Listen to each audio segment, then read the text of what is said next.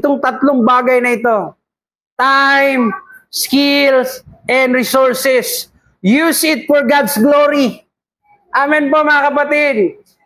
Huwag mong kakalimutan ng mga bagay na ito ay talagang para sa Diyos. Nabubuhay tayo para sa Diyos. Amen po. Alam niyo po, kung minsan natatakot tayo anong maging future natin. Natatakot tayo na pagdating ng mga araw, saan kaya tayo pupulutin? Mas matakot ka kung hindi mo kilala ang Diyos. Amen! Mas matakot ka kung hindi ka totoo sa Diyos. Dahil ang mga taong totoo sa Diyos, tulog pa lang sila, hinahanda na ng Diyos ang kakailanganin nila.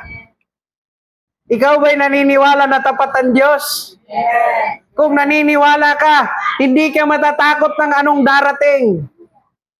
Bagkus ine-expect mo, Lord, may the best kang hihahanda sa araw na ito. Amen po?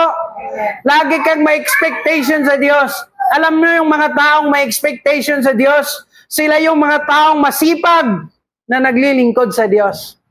Sila yung mga taong hindi na kailangan tapikin o mag-church ka. Sila yung mga taong hindi na kailangan palalahanan o may prayer meeting. Sila yung mga taong hindi na kailangan kalabitin kung kailangan mo sila sa church.